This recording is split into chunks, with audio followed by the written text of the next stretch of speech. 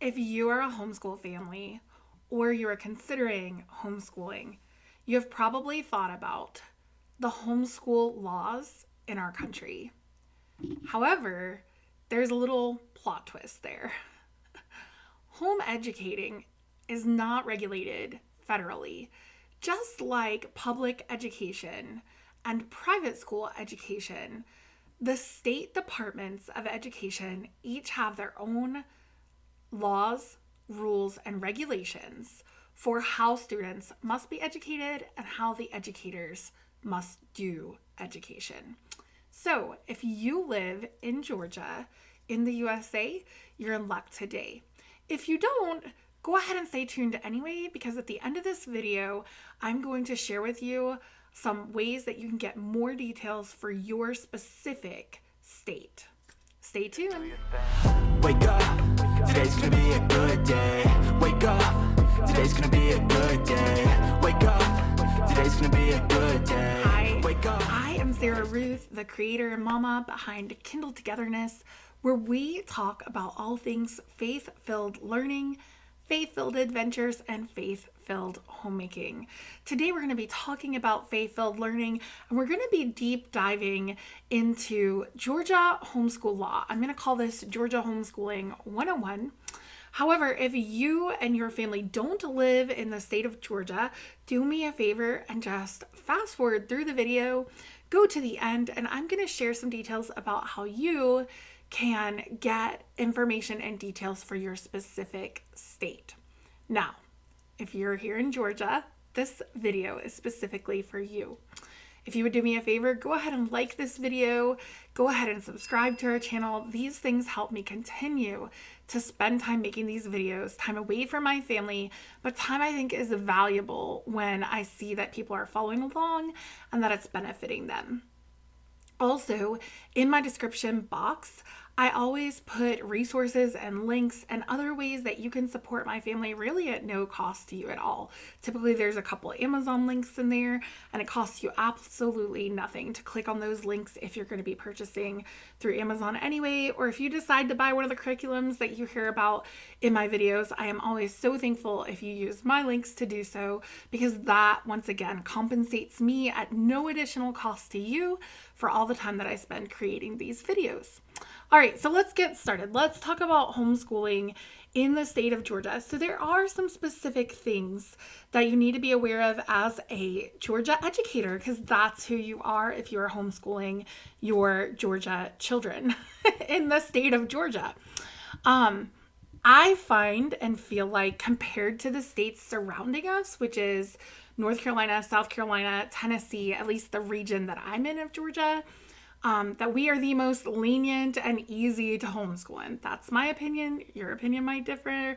Somebody in South Carolina might disagree. But I feel like there's nothing we have to really give our state on a regular basis. We just have to do a declaration of intent each year annually. That's the only thing we have to give the state every year. And that's the first thing I wanted to share with you, is that you need to go online to the Georgia Department of Education every year prior to September 1st and register all of your students who are 6 years old or older. So I know, like, we are trained to think that students are supposed to begin school in kindergarten, which is 5, but our state law says that we do not have to register our students until they are 6. And I really advise you not to. Even if you're going to do a kindergarten curriculum, you don't have to sign them up with the state. You can just do it. Our kids are learning all the time. If we have a mindset of home education, we are always teaching our kids and they're always learning things. You can do a full, very rigorous kindergarten education if that is who you are, and still not report it to the state, because Georgia really doesn't care.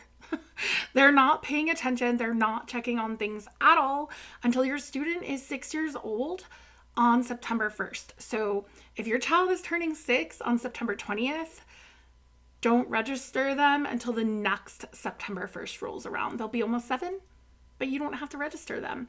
Essentially, it's first grade. First grade when Georgia begins to have a regulation for you to file that declaration of intent. The declaration of intent does not have to be brought to your local office, your county office. None of that has to happen. It's a simple online form you fill out. And the form, essentially it is an agreement that you're going to abide by the regulations of our state. And what those regulations are in the state of Georgia is that you will teach for a minimum of 180 days total. So your students are going to receive instruction in the following subject areas: social studies and history, science, language arts, and math. Boom, 4 areas. And that you're going to do so for a total of 4.5 hours a day for those 180 days. Now, what gets really interesting here is that they don't say that you have to do them during the school calendar year. And my suggestion is to give yourself breathing room, to allow life to occur, to allow for sickness and whatever else, vacations, and just freedom, is that you register your students from September 1st to September 1st. So that way you have a whole 365 days within which to get these 180 days in. I also want to stop for a moment and note right here that while it does say 4.5 hours a day in these content areas, that doesn't mean that you sit your 6-year-old or your 8-year-old or your 12-year-old even down at a table for explicit instruction for 4.5 hours a day. It's not happening in the public school classroom. They want it to, that is the goal. However, it's just not practical. I used to be a public school educator, and I can tell you that between all the bathroom breaks and the lunch breaks and the goings-ons and all the interruptions and things, this just isn't plausible. What is plausible is that you can count things like your 8-year-old being in the kitchen, reading through a cookbook or a recipe, measuring things to put into the recipe, following those instructions, baking. You can include things like nature study, going on a nature walk together, especially in the middle school and under years. These are totally appropriate science investigations, language arts, math, social studies, and histories. Things like going to museums can count. So if you're at a museum for, let's say, 2 to 4 hours one day, school was done that day. In the public school, it's the same situation. You don't have to be afraid. When they go on a field trip, it is counted as a school day. So you're doing nothing wrong when you count that your child is at a special event. If your kids do 4-H and they are, learning animal science and biology things through their hands-on dealings with showing cattle or showing a pig or whatever it may be, all of that counts. If you're homesteading and your children are out on the farm and they're collecting eggs and they're managing the hens, there's all kinds of life science and biology that's occurring there. There's also math if you want to have them counting things and helping measure out for fences. There's so many real life situations and just doing life together things that can absolutely count as part of your 4.5 hours a day of instruction. So I do hope that as we talk about these things, you don't get trapped up in what looks like on paper it's saying one thing, because it's not actually saying that. Georgia is exceptionally lenient, I feel like, and their goal is just to have well-rounded, educated students, and they have not put hard and fast, strict enforcement into the way that you do the things that are required. So you are required to do these things, but your interpretation of how they are done is up to you as the educator. And that's how you should think of yourself.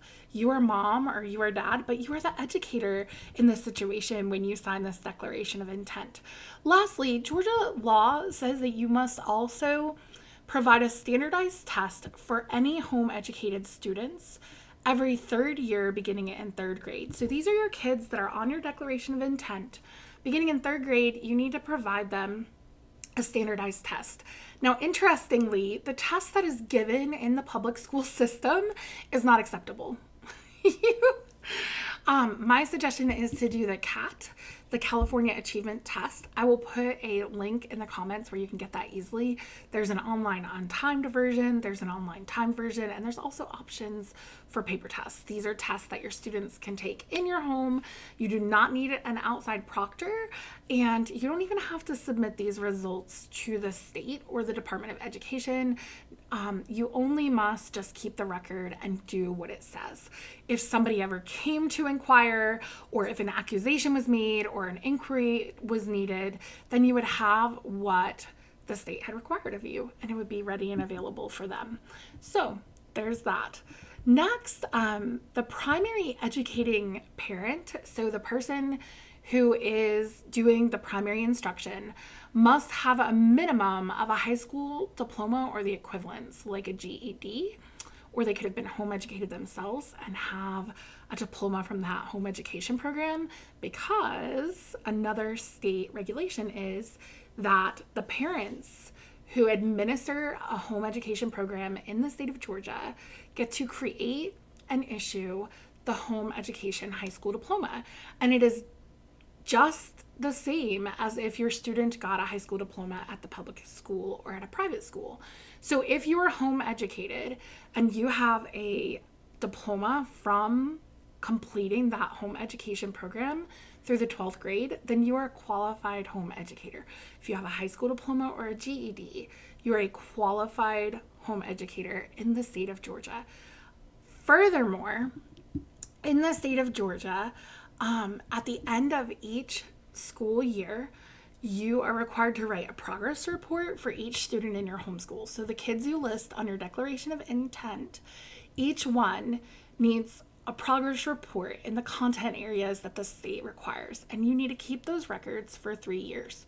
So if somebody came looking or asking an official requested information, you would have that ready to go for the past 3 years. And guys, that is pretty much it. My suggestion to you is to keep copious records. And I'm not a type A personality, so what that looks like for me is I do save and print out my declaration of intent. I do keep track of our learning in my teacher's guide planner. I just check off as we go because all of our lessons are listed there for all of my children. I write in their math, and so I just hang on to those for 3 years so that if somebody came to ask any questions, there they are. I also put my progress reports in those same annual planners so that I have the progress reports for my students I was home educating with my declaration of intent, with my planner that has all my lessons in it. And then I print out my students' 3rd grade testing. I haven't had a student in 6th grade yet, so it's just every 3rd year.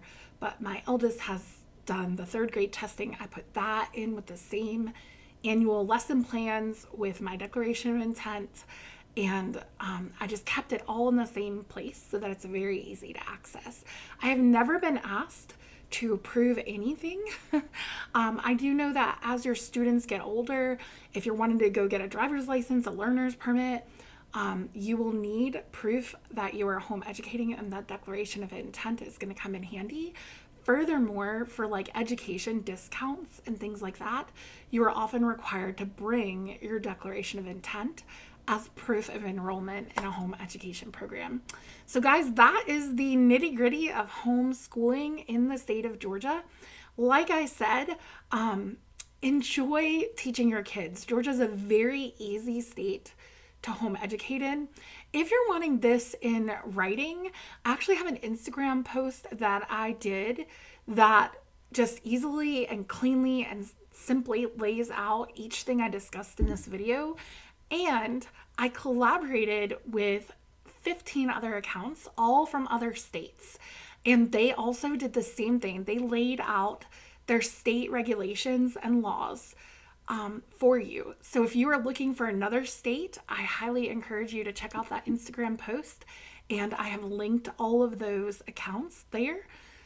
Anyway, I hope that this was helpful to you. If it was, or if you have a question, go ahead and put that in the comments. Don't forget to like this video, subscribe, and don't forget that we're doing life together because time together is greater than things.